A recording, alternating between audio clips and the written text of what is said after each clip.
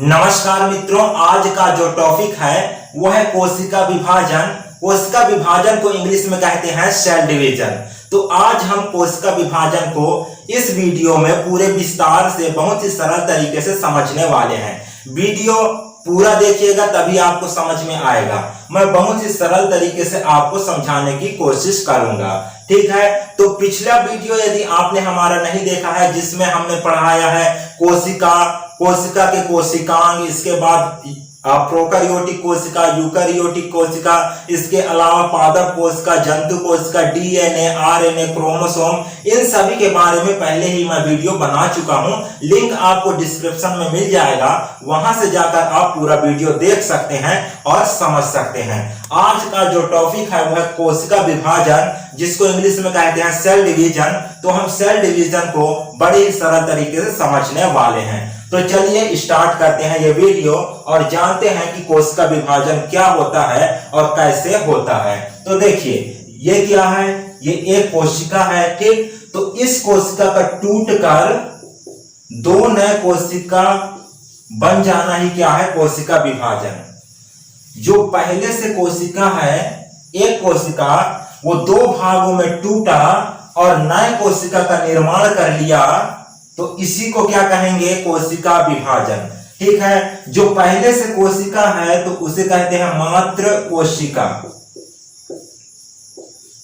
मात्र कोशिका।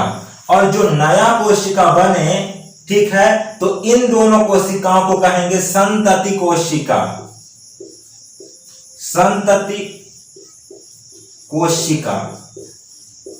तो ये तो आप जान गए कि जो पहले से कोशिका है उसको क्या कहेंगे, मात्र कोशिका।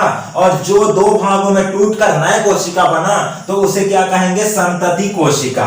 तो देखिए, मैंने परिभाषा लिख कर रखा है ऊपर, ठीक ना, बहुत ही सरल तरीके से अपने भाषा में।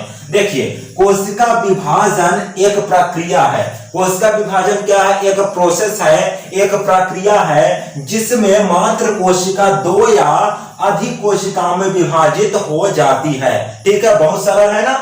क्या है, कोशिका विभाजन एक प्रक्रिया है जिसमें मात्र कोशिका दो या अधिक भागों में विभाजित हो जाती है। तो उसी प्रक्रिया को क्या कहते हैं, कोशिका विभाजन कहते हैं। अब यहां देखिए, जो कोशिका विभाजन है वो किसके द्वारा किया जाता है, कौन करता है कोशिका विभाजन। तो पिछले वीडियो में मैंने बताया था कि जो सेंट्रोसोम होता है, तो सेंट्रोसोम ही क्या करता है, कोशिका विभाजन, ठीक है। सेंट्रोसोम को हिंदी में क्या कहते हैं, तारक काय।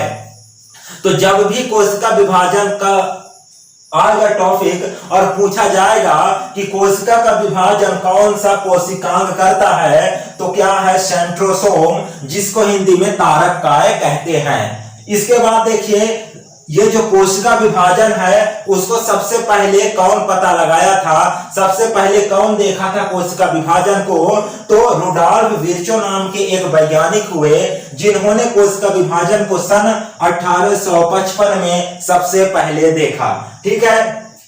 अब आपके माइंड में आता होगा कि भाई कोशिका का विभाजन क्यों आवश्यक है। कोशिका का विभाजन तो होता है, लेकिन कोशिका विभाजन क्यों आवश्यक है, कोशिका विभाजन होता ही क्यों है। तो एग्जांपल से समझिए, जब एक पौधा छोटा होता है, ठीक, इतना बड़ा ये पौधा है, उदाहरण से समझिएगा, इतना बड़ा ये पौधा है, छोटा सा, इतना छोटा सा पौधा है, ठीक ना। तो ये 1-2 साल बाद देखिएगा, 3 साल, 6 साल, 7 साल बाद यही पौधा क्या हो जाता है, एक बहुत बड़ा पेड़ बन जाता है। क्या बन जाता है, बहुत बड़ा पेड़ बन जाता है यही पौधा। तो इतना छोटा सा पौधा, इतना छोटा सा पौधा इतना विशाल पेड़ कैसे बन गया, इसके पीछे का कारण क्या है, इसके पीछे का लॉजिक क्या है। तो इसके पीछे का सिंपल सा लॉजिक है कोशिका विभाजन। क्या है, कोशिका विभाजन। छोटा सा पौधा में क्या हुआ, कोशिका विभाजन, और ये धीरे धीरे धीरे करके बहुत बड़ा पेड़ बन गया। एक और उदाहरण अपने आप में देखिए, जब बच्चा छोटा सा पैदा होता है तो कितना बड़ा रहता है, 2 किलो 2.5 किलो का, ठीक है। बच्चा कितना बड़ा रहता है, 2 किलो 2.5 किलो का। लेकिन जैसे इसमें कोशिका विभाजन होता है, जैसे बच्चे में कोशिका विभाजन होता है तो वो क्या करता है, धीरे धीरे धीरे धीरे बड़ा हो जाता है। तो ये बहुत ही सरल उदाहरण है कोशिका विभाजन का। कोशिका विभाजन क्या है, जो पहले से कोशिका है उसका दो भागों में टूट जाना ही क्या है, कोशिका विभाजन है। तो कोशिका विभाजन को आप समझे होंगे। अब चलिए जानते हैं कि कोशिका विभाजन कितने प्रकार के होते हैं। देखिए, जो कोशिका विभाजन होता है वो 3 प्रकार के होते हैं। एक होता है असूत्री, इसको कहते हैं इंग्लिश में एमाइटोसिस। क्या बोलते हैं, एमाइटोसिस। असूत्री कोशिका विभाजन को क्या बोलते हैं इंग्लिश में, एमाइटोसिस। इसके बाद दूसरा जो कोशिका विभाजन होता है तो वो होता है समसूत्री। क्या होता है, समसूत्री, जिसको इंग्लिश में कहते हैं माइटोसिस। और जो तीसरा कोशिका विभाजन होता है वो होता है अर्धसूत्री, जिसको इंग्लिश में कहते हैं मियोसिस। क्या कहते हैं, मियोसिस। तो इंग्लिश में पूछा जाए कि कितने प्रकार के कोशिका विभाजन होते हैं, टाइप ऑफ सेल डिवीजन, तो आपको बताना होगा एमाइटोसिस, माइटोसिस और फिर मियोसिस। लेकिन यदि हिंदी में पूछा जाए कि कोशिका विभाजन कितने प्रकार के होते हैं तो आपको बताना पड़ेगा असूत्री, समसूत्री और फिर अर्धसूत्री। ठीक है, इसके बारे में हम पूरा डिटेल से आगे समझेंगे। पहले ये समझिए कि ये जो जितने प्रकार के विभाजन हैं तो इन विभाजन को सबसे पहले किन लोगों ने देखा। किसी ने देखा होगा तभी तो बताए कि इतने प्रकार के कोशिका विभाजन होते हैं। तो किन लोगों ने देखा सबसे पहले इस प्रकार के विभाजन को, तो इसको समझिए। देखिए, जो असूत्री विभाजन है, जो एमाइटोसिस सेल डिवीजन है, तो उसको सबसे पहले देखा रॉबर्ट रिमार्क ने। किसने देखा असूत्री कोशिका विभाजन को सबसे पहले, रॉबर्ट रिमार्क ने। इसके बाद देखिए जो समसूत्री कोशिका विभाजन है तो उसको सबसे पहले देखा फार्मर एवं मूरे ने। ठीक है, किन लोगों ने देखा, पहला देखा फार्मर और दूसरा देखा मूरे ने। दोनों लोगों ने मिलकर देखा कि हमारा जो शरीर है उसमें जो सेल का डिवीजन हो रहा है तो समान हो रहे हैं, एक समान हो रहे हैं। किसने देखा, फार्मर एवं मूरे ने। तीसरा है अर्धसूत्री कोशिका विभाजन, तो इसको सबसे पहले देखा, इसका सबसे पहले पता लगाया वाल्टेयर फ्लेमिंग ने। ठीक है, तो ये आपका हो गया क्लियर कि अर्धसूत्री जो विभाजन है, असूत्री जो कोशिका विभाजन है तो उसको सबसे पहले रॉबर्ट रिमार्क ने देखा। जो समसूत्री कोशिका विभाजन है उसको सबसे पहले फार्मर एवं मूरे ने देखे। और फिर जो अर्धसूत्री कोशिका विभाजन है उसको सबसे पहले वाल्टियर एवं फ्लेमिंग ने देखा। अब ये जो 3 प्रकार के कोशिका विभाजन है तो किन किन जीवों में होता है ये भी जान लीजिए। तो जो असूत्री कोशिका विभाजन है वो अविकसित कोशिकाओं में होती है, यानी कि प्रोकैरियोटिक कोशिकाओं में होता है। इसीलिए आपको यह जानना आवश्यक है कि प्रोकैरियोटिक कोशिका क्या है और फिर यूकैरियोटिक कोशिका क्या है। तो आपको लिंक मिल जाएगा डिस्क्रिप्शन में, वहां से जाकर आप देख लीजिए कि प्रोकैरियोटिक कोशिका क्या है और यूकैरियोटिक कोशिका क्या है। तो इस प्रकार का जो असूत्री कोशिका विभाजन है किस प्रकार की कोशिकाओं में होता है, अविकसित कोशिका यानी कि प्रोकैरियोटिक कोशिका में। ठीक है, जिसमें आते हैं जीवाणु, नीलहरित शैवाल, अमीबा, प्रोटोजोआ। ठीक है, तो इनमें क्या पाया जाता है, असूत्री कोशिका विभाजन। इसके बाद देखिए दूसरा है समसूत्री कोशिका विभाजन। तो ये समसूत्री कोशिका विभाजन है तो किसमें ये पाया जाएगा, तो ये पाया जाता है जंतुओं की कायिक कोशिकाओं में। ठीक है, जो हमारे शरीर का कोशिका है तो उसमें किस प्रकार का विभाजन पाया जाएगा, समसूत्री कोशिका विभाजन। ठीक है, जंतुओं की कायिक कोशिकाओं, कायिक मतलब काया, काया मतलब शरीर, तो हमारे शरीर में कौन सा विभाजन पाया जाएगा, समसूत्री कोशिका विभाजन। तीसरा जो विभाजन है वो है अर्धसूत्री कोशिका विभाजन। और इस प्रकार का जो विभाजन है, जो मियोसिस डिवीजन है, वो कौन से कोशिकाओं में पाया जाएगा, तो प्रजनन कोशिकाओं में पाया जाएगा, यानी कि रिप्रोडक्शन सेल में पाया जाएगा। कौन सा, अर्धसूत्री कोशिका विभाजन। ठीक है, तो इतना समझ में आ गया होगा आपको। चलिए सबसे पहले समझते हैं असूत्री कोशिका विभाजन को। किसको समझते हैं, असूत्री कोशिका विभाजन को। ठीक है, असूत्री कोशिका विभाजन को सबसे पहले समझेंगे। असूत्री कोशिका का इंग्लिश क्या होता है, मैंने क्या बताया, माइटोसिस होता है असूत्री कोशिका विभाजन का। तो इसमें ज्यादा कुछ होता नहीं है, ठीक, ध्यान से समझिए। ये कोशिका है, ये क्या है, कोशिका है। अब यही कोशिका बीच में से क्या हो जाएगा, पचक जाएगा इस प्रकार से, ठीक। ये कोशिका है और यही कोशिका बीच में से क्या हो जाएगा, पचक जाएगा और फिर यही आगे चलकर दो कोशिकाओं में विभाजित हो जाएगा, ठीक। एक कोशिका है, यहां बीच में से पचक गया और यहां क्या बन गया, दो कोशिका।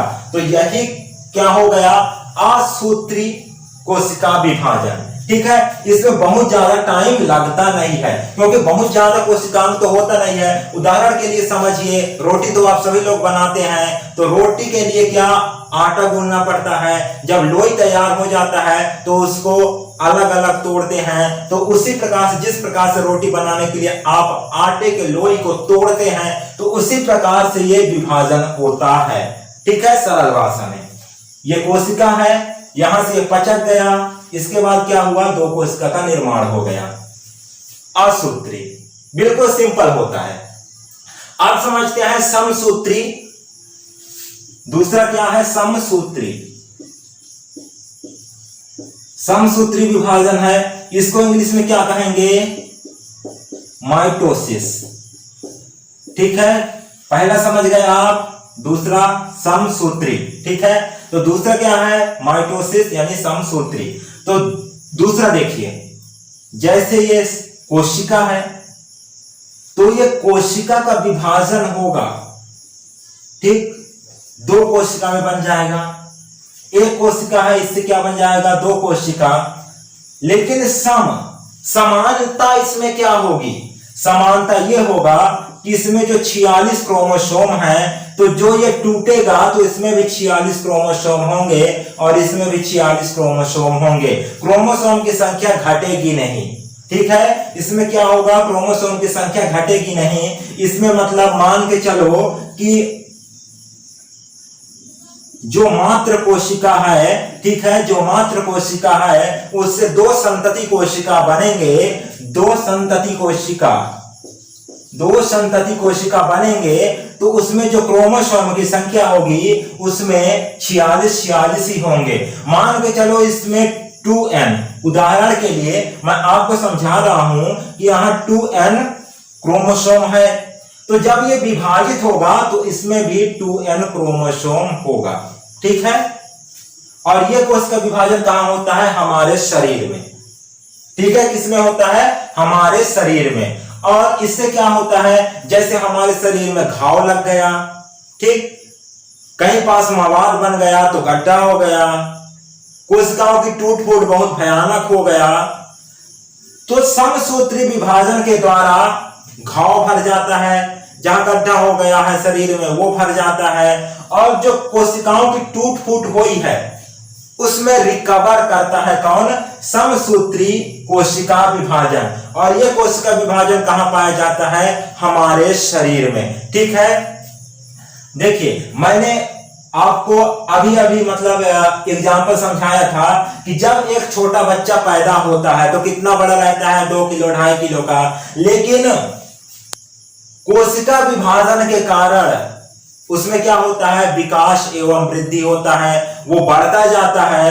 तो कोशिका जो विभाजन है वो क्या करता है, किसी भी जंतु के शरीर या पेड़ पौधों के शरीर को विकसित करता है, किसी भी जीव जंतु या फिर पेड़ पौधों के वृद्धि एवं विकास में सहायक होता है कोशिका विभाजन। एक प्रश्न बताइए कि मैंने पिछले वीडियो में आपको बताया था कि सबसे अधिक कोशिका विभाजन कहां पाया जाता है, किन कोशिकाओं में, और सबसे कम कोशिका विभाजन यानी कि कोशिका विभाजन होता नहीं है तो वो कौन सा कोशिका है जिसमें कोशिका विभाजन होता ही नहीं है। तो देखिए, सबसे ज्यादा कोशिका विभाजन कहां होगा, यकृत के कोशिका में यानी कि लीवर के कोशिका में, ठीक है। कोशिका लीवर के यदि टूट फूट होता है, इतना बड़ा ऐसे लीवर रहता है, लीवर को यदि आप आधा काट भी देंगे, काट कर बाहर निकाल देंगे, तो इसमें इतना तेज कोशिका विभाजन होता है कि ये बहुत जल्दी फिर से पूरा लीवर बन जाएगा। ठीक, और फिर सबसे कम कोशिका विभाजन यानी कि कोशिका विभाजन होता ही नहीं है तो वो मस्तिष्क के कोशिका में, ठीक है, किसके, मस्तिष्क के कोशिका में कोशिका विभाजन नहीं होता है। कौन सा कोशिका रहता है, तो न्यूरॉन कोशिका रहता है। ठीक है, मस्तिष्क में क्या रहता है, न्यूरॉन कोशिका से ही मिलकर क्या बनता है, तंत्रिका तंत्र। ठीक है, तो जो तंत्रिका तंत्र होता है तो उसके कोशिका में विभाजन नहीं होता है। मैंने ये सब पिछले वीडियो में बताया था, आपको लिंक मिल जाएगा डिस्क्रिप्शन में, वहां से जाकर आप देख सकते हैं। तो इतना तो आप समझ गए होंगे। अब चलिए समझते हैं अर्धसूत्री कोशिका विभाजन को, कि अर्धसूत्री कोशिका विभाजन क्या होता है। कौन सा विभाजन, तीसरा विभाजन, अर्धसूत्री। अर्धसूत्री, इसको इंग्लिश में कहेंगे मियोसिस। ठीक है, अर्धसूत्री को क्या कहेंगे, मियोसिस। तो समसूत्री द्वारा तो हमारा पूरे शरीर का निर्माण हो गया, तो यह अर्धसूत्री की आवश्यकता कहां पड़ेगी भाई। देखिए, एक कोशिका है, एक कोशिका में कितने क्रोमोसोम पाए जाते हैं, 46।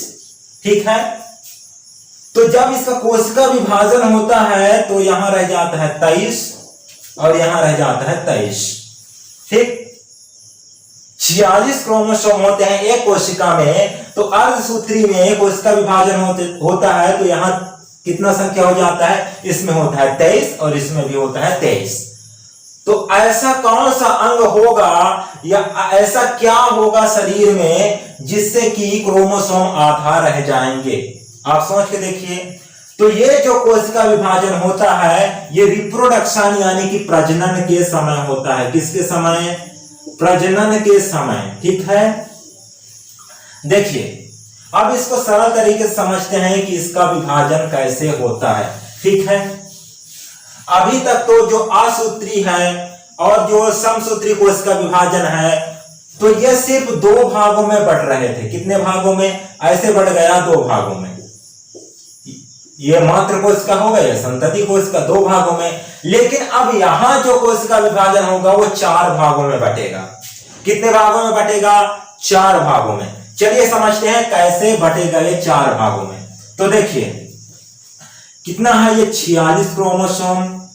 ठीक है, एक होता है मेल, ठीक, और एक होती है फीमेल। ठीक है, एक होता है मेल और दूसरा होती है फीमेल। तो इसमें भी 46 और इसमें भी 46। ठीक है, तो अब समझिए कि इसमें 4 जगह कैसे विभाजित होता है।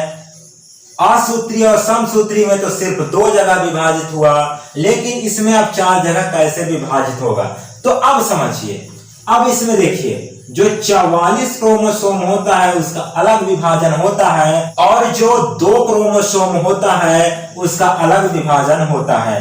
जो 44 क्रोमोसोम होता है उसका अलग विभाजन होता है और जो 2 क्रोमोसोम होता है उसका अलग विभाजन होता है। और इसी प्रकार से महिला में भी यानी कि फीमेल में भी यहाँ 44 क्रोमोसोम अलग विभाजन होगा और यहाँ जो 2 क्रोमोसोम है वो अलग विभाजन होगा।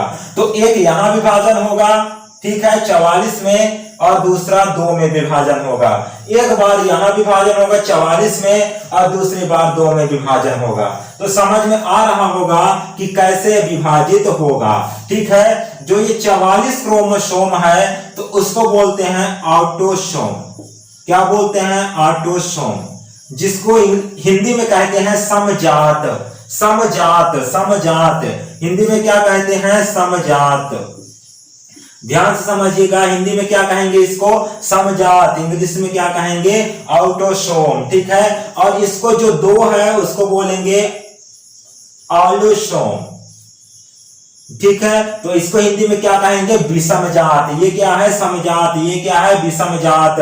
और फिर यहाँ 44 है तो इसमें एक ऑटोसोम है, एक ऑलोसोम। ठीक है, तो इस ये भी क्या है, समजात, और फिर ये क्या है, विषमजात।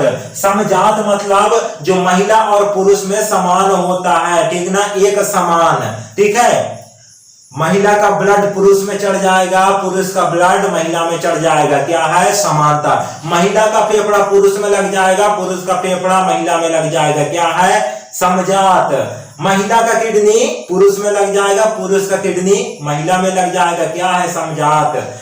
महिला का लीवर पुरुष में लग जाएगा और पुरुष का लीवर महिला में लग जाएगा, क्या हुआ, समजात। तो समझ में आ गया, जो 44 है ये महिला और पुरुष में क्या होता है, एक समान होता है। कहने का मतलब जो 95% जो शरीर का हिस्सा है वो महिला और पुरुष का दोनों का समान होता है, ठीक है। तो ये समझ में आया। और जो ये 2 क्रोमोसोम होते हैं इसमें, ठीक है, 2 क्रोमोसोम होते हैं, यही परिवर्तित होता है। तो मेल है तो क्या होगा, मेल है तो इसमें होगा XY, और फिर जो फीमेल है, जो महिला है, उसमें हो जाएगा XX, ठीक है। पुरुष है, मेल है तो क्या होगा, XY, और यदि महिला है वहां तो वहां क्या हो जाएगा, XX, ठीक है। तो ये जो 95% भाग है, जो 44 भाग है, तो ये किन कोशिकाओं में हो रहा है, तो ये हो रहा है कायिक कोशिका में। किसमें हो रहा है, कायिक कोशिका में। और जो ये XY है, XX है, ये सिर्फ 5% कोशिका में हो रहा है। ये कहां हो रहा है, प्रजनन कोशिका में हो रहा है। प्रजनन कोशिका मतलब देखिए, प्रजनन कोशिका का मतलब क्या होता है, जो पुरुष होता है तो उसमें प्रजनन कोशिका क्या होता है, शुक्राणु होता है, क्या होता है, शुक्राणु होता है। और जो महिला होती है, महिला, उसमें प्रजनन कोशिका क्या होता है, अंडाणु होती है, ठीक है। तो ये समझ में आ गया। शुक्राणु को इंग्लिश में क्या कहेंगे, स्पर्म कहेंगे। अंडाणु को इंग्लिश में क्या कहेंगे, ओवम कहेंगे। तो इतना आपको समझ में आ गया होगा। अब चलिए जानते हैं कि ये जो प्रजनन कोशिका है उसका काम क्या है। तो प्रजनन कोशिका का काम है लिंग का निर्धारण। क्या है, लिंग का निर्धारण।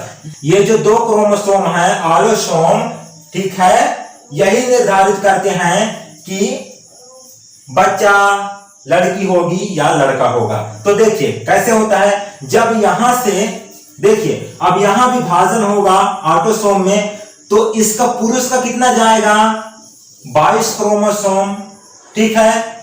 और इसमें से 2 में से 1 जाएगा, और इसमें से महिला में से भी इधर 22 जाएगा विभाजित होकर, और फिर यहां कितना जाएगा, 1 जाएगा, ठीक है। तो पहले हम इसको मिटा लेते हैं, इसके बाद समझते हैं, क्योंकि उसी में लिख देने से समझ में नहीं आएगा। यहां देखिए, पुरुष का 44, महिला का 44 विभाजित हुआ, कितना हो गया, 22, इधर 22, इधर कितना हो गया, 22, और इधर कितना हो गया, 22, ठीक है, विभाजित हो गया, ठीक है। 44, 22, 22, 44, 22, 22।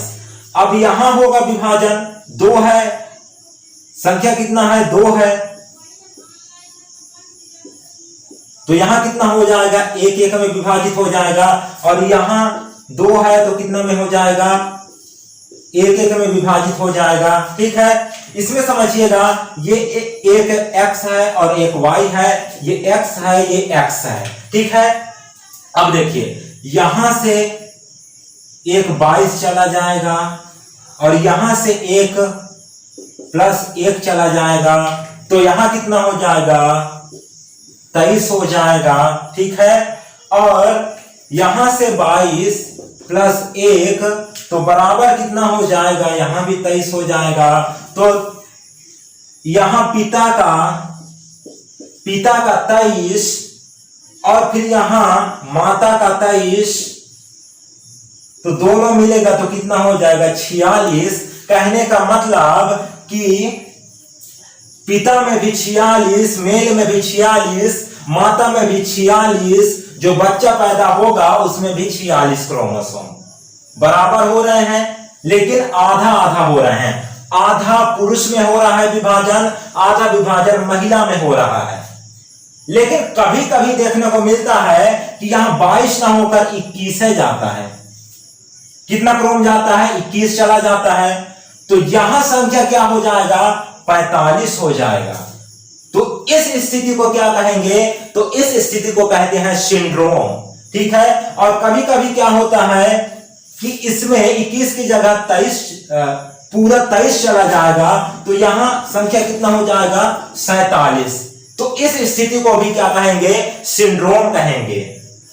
तो सिंड्रोम से क्या होता है आप देखेंगे, जब सिंड्रोम हो जाता है तो किसी भी महिला या पुरुष का हाइट क्या हो जाता है? छोटा हो जाता है और बांझपन आ जाता है, बांझपन आ जाता है, नपुंसकता आ जाता है, नपुंसकता आ जाता है, शरीर टेढ़ा मेढ़ा हो जाता है और फिर कई अंग गायब हो जाते हैं। तो ये सब हम नेक्स्ट वीडियो में समझेंगे पूरे डिटेल से। आई होप कि आपने असूत्री विभाजन, समसूत्री विभाजन और फिर अर्धसूत्री विभाजन को अच्छे से समझे होंगे। वीडियो यदि पसंद आया हो, आपको समझ में आया हो, तो वीडियो को लाइक कर दीजिएगा और हमें सपोर्ट कीजिएगा। फिर मिलते हैं नेक्स्ट वीडियो में और चैनल को सब्सक्राइब कर लीजिएगा। तब तक के लिए धन्यवाद।